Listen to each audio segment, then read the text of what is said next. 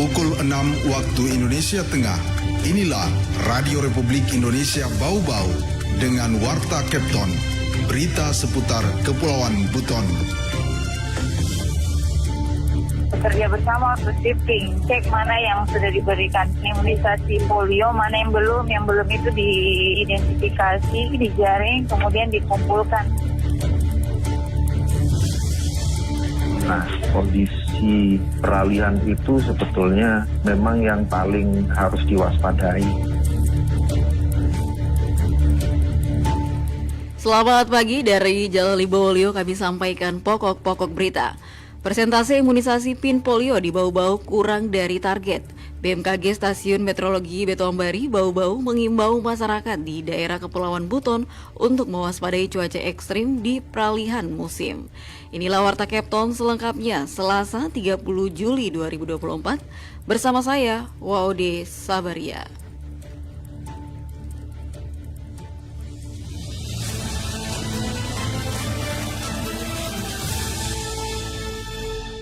Saudara, kita awali berita yang pertama. Persentase imunisasi PIN polio di Bau-Bau kurang dari target. Dinas Kesehatan harapkan peran lintas masyarakat bersama-sama menjaring usia 0 hingga 7 tahun agar mendapatkan 2 tetes manis vaksin polio.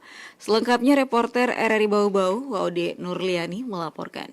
Capaian imunisasi PIN polio di Kota Bau-Bau pada 27 Juli 2024 masih jauh dari target harian yang ditentukan pemerintah pusat. Persentase daerah ini pada 27 Juli baru 59,3% dari target 25.886 anak usia 8 tahun ke bawah atau baru 15.363 anak mendapatkan 2 tetes manis vaksin polio. Seharusnya di hari kelima angka capaian imunisasi minimal 68% dari jumlah sasaran. Kepala Bidang P2 Dinas Kesehatan Kota Bau-Bau Yuslina mengatakan dalam 5 hari terakhir posisi Kota Bau-Bau berdasarkan capaian harian terus tergerus ke bawah. Persentase 50% menempatkan Kota Bau-Bau pada urutan ke-11 di Sulawesi Tenggara. Ia berharap pergerakan lintas masyarakat bersama-sama pemerintah turut memantau anak-anak di wilayah masing-masing yang belum mendapatkan imunisasi tetes polio agar dilaporkan ke petugas kesehatan sehingga ada penjadwalan dan pemberian imunisasi di masa sweeping.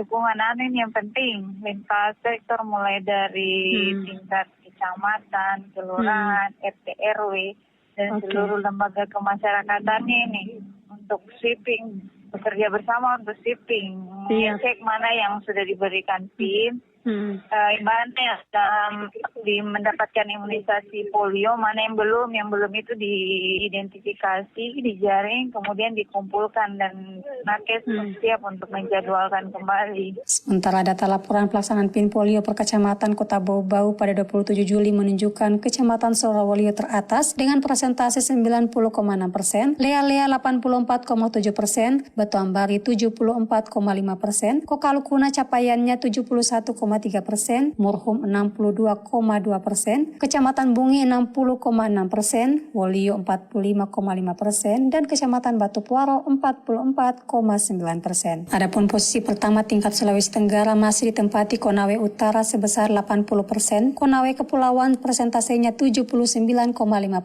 Buton Selatan 74,4%, Kabupaten Buton Utara 73,5%, Bombana dan Muna sama-sama 68%. Keenam daerah tersebut tergolong mencapai target yang telah ditentukan. Waude Nurliani, reporter Bau-Bau, melaporkan.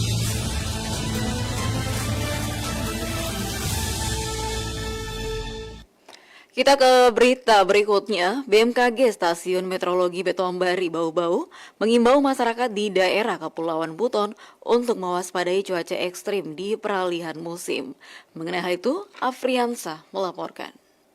Nah, kondisi peralihan itu sebetulnya memang yang paling harus diwaspadai karena pasti banyak akan terjadi. BMKG Stasiun Meteorologi Betoambari Bau-Bau menyebutkan sejumlah daerah di Kepulauan Buton atau Kepton memasuki awal musim kemarau pada akhir Juli 2024 sesuai perakiraan yang dirilis Stasiun Klimatologi Sulawesi Tenggara. Kepala Stasiun Meteorologi Betoambari Bau-Bau, Hadi Setiawan mengatakan, dengan demikian saat ini daerah di Kepton telah mengalami peralihan musim dari musim hujan ke musim kemarau. Kondisi peralihan musim ini, kata Hadi, berpotensi terjadi cuaca ekstrim, karena itu pihaknya mengimbau masyarakat perlu meningkatkan kewaspadaan dan antisipasi dini. Nah, kondisi kondisi peralihan itu sebetulnya memang yang paling harus diwaspadai karena pasti banyak akan terjadi beberapa fenomena-fenomena seperti angin kencang, kemudian hujan. Hujannya itu biasanya hujannya hanya sebentar-sebentar, tapi lebat dan kemudian disertai angin kencang dan petir karena masa transisi dia mau masuk ke musim kemarau. Lebih lanjut, Hadi juga mengimbau masyarakat yang tinggal di wilayah pesisir dan yang menggunakan transportasi laut untuk mewaspadai gelombang laut, terutama di perairan Bau-Bau bagian timur dan selatan yang mengarah ke Kabupaten Wakatobi. Apalagi kata Hadi, memasuki musim kemarau, angin timur juga akan masuk yang memiliki eskalasi lebih kencang dibanding angin barat. Dari hasil pantauan BMKG beberapa hari terakhir ini, kecepatan angin pada siang hari antara 10 sampai 15 knot, bahkan belum lama ini pernah mencapai 20 knot. Jadi yang paling perlu diwaspadai dan menjadi perhatian untuk masyarakat itu adalah di wilayah perairan, terutama tinggi gelombang yang bisa sampai antara 3 meter, 4 meter. Terutama di wilayah-wilayah seperti daerah perairan Wakatobi, kemudian arah ini ke Kendari dan terutama selatan dari Pulau Buton ini. Hari menyebutkan potensi cuaca ekstrim di masa peralihan ini diperkirakan akan terjadi sampai dengan awal Agustus ini. Reporter RRI Bau-Bau, Afriansa melaporkan. Anda sedang mendengarkan Warta Kepton, berita seputar Kepulauan Buton. Baik, masih di Warta Kepton pagi dan kita ke berita lainnya. KPU Bau-Bau harap kelompok masyarakat berkebutuhan khusus proaktif dalam penyelenggaraan pemilihan kepala daerah. Mengenai hal itu, reporter RRI Bau-Bau, Hairul Mulku melaporkan. Yang menjadi prioritas itu sebenarnya bagaimana juga mereka ini diberikan kesempatan untuk berpartisipasi aktif dalam penyelenggaraan pemilu kada. Komisi Pemilihan Umum KPU Kota Bau-Bau berharap para penyandang disabilitas di Kota Bau-Bau ikut aktif dalam pesta demokrasi pada pemilihan gubernur dan wakil gubernur, wali kota dan wakil wali kota Bau-Bau yang akan berlangsung di bulan November tahun 2024 nanti. Ketua Divisi Sosialisasi Pendidikan Pemilih, Partisipasi Masyarakat dan SDM KPU Bau-Bau Samsudin mengatakan, seperti kelompok masyarakat lainnya, kelompok masyarakat berkebutuhan khusus memiliki kesempatan yang sama dalam berdemokrasi memilih kepala daerah. Yang menjadi prioritas itu sebenarnya bagaimana juga mereka ini diberikan kesempatan untuk berpartisipasi aktif dalam penyelenggaraan pemilu kada. Kemudian juga mereka juga punya kesempatan untuk menyalurkan hak pilihnya.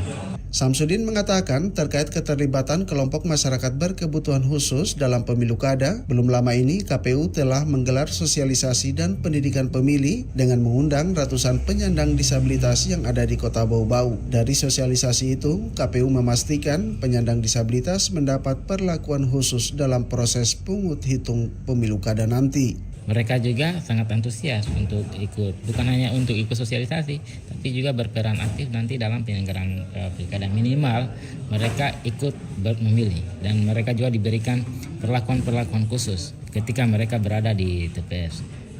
Meskipun sebenarnya hal-hal itulah yang kami sosialisasikan juga kepada mereka, bahwa memang di TPS itu yang perlu diberikan perlakuan khusus pada saat dilaksanakan pungut hitung itu, selain lansia, ibu hamil, penyandang disabilitas juga yang diberikan perlakuan khusus untuk diprioritaskan untuk memilih pertama pada saat pencoblosan. Samsudin juga menyebut para penyandang disabilitas juga telah dikunjungi petugas Pantarlih untuk dilakukan pencocokan dan penelitian data sehingga dipastikan mereka telah masuk dalam daftar pemilih. Reporter RRI Bau-Bau, Hairul Mulku melaporkan.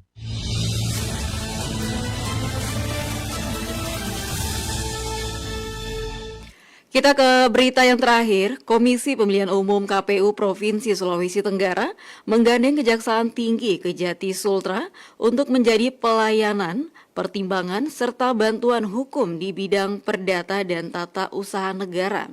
Kepala Kejati Sultra Hendro Dewanto mengatakan kerjasama tersebut tertuang dalam penandatanganan nota kesepakatan bersama antara KPU dan Kejati Sultra.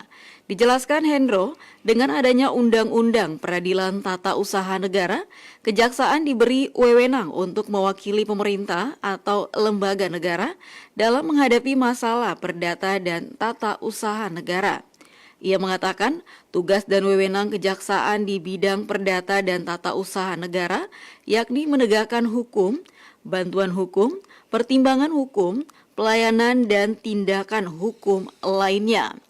Hendro menuturkan dengan dilaksanakannya nota kesepahaman dengan KPU Sultra bukan berarti Kejati Sultra bermaksud melindungi pejabat atau lembaga KPU yang terlibat atau terindikasi suatu tindak pidana, terutama perbuatan korupsi, kolusi, dan nepotisme.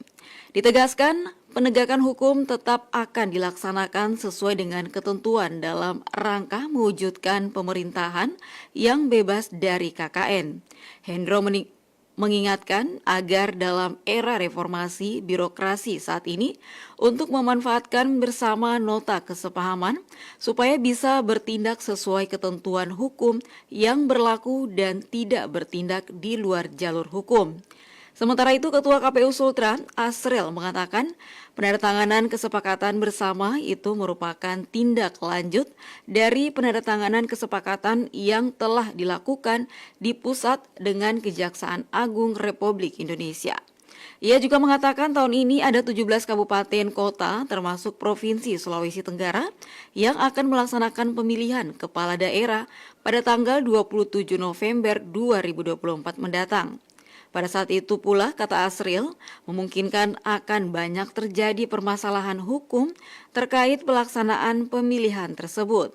Karena itu, pihaknya berharap dengan adanya penandatanganan kesepakatan bersama dengan Kejati Sultra dapat dilakukan pelayanan hukum seperti konsultasi hukum dengan Kejati jika ada hal-hal yang tidak mampu dicegah pihak KPU.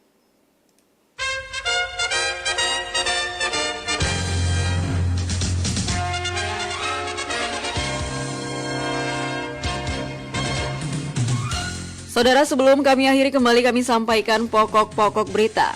Presentasi imunisasi PIN polio di Bau-Bau kurang dari target.